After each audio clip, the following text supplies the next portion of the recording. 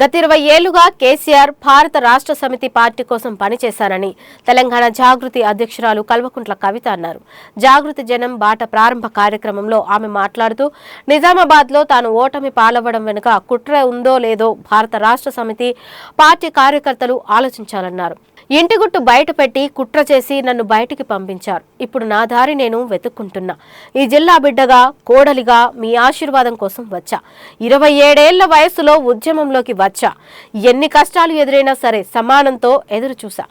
నేను భారత రాష్ట్ర సమితి పార్టీకి వ్యతిరేకంగా ఏమీ చేయలేదు, కానీ కుట్ర చేసి నన్ను బయటకు పంపించారు. ఈ సమయంలో మీ ఆశీర్వాదం కావాలని మీ ముందుకొచ్చానని, తొలి అడుగు మన గడ్డ మీద నుంచే వేయాలని వచ్చాను. గత 10 ఏళ్లలో మనం కొంత సాధించుకున్నాం, కానీ అమరవీరుల కుటుంబాలకు దక్కాల్సిన గౌరవం, న్యాయం దక్కలేదు. వాటి కోసం పోరాటం చేయాల్సిన అవసరం ఉందని, ప్రతి ఒక్కరికి ఆత్మగౌరవంతో కూడిన అభివృద్ధి కావాలని నేను కోరుతున్నా అని కవిత అన్నారు.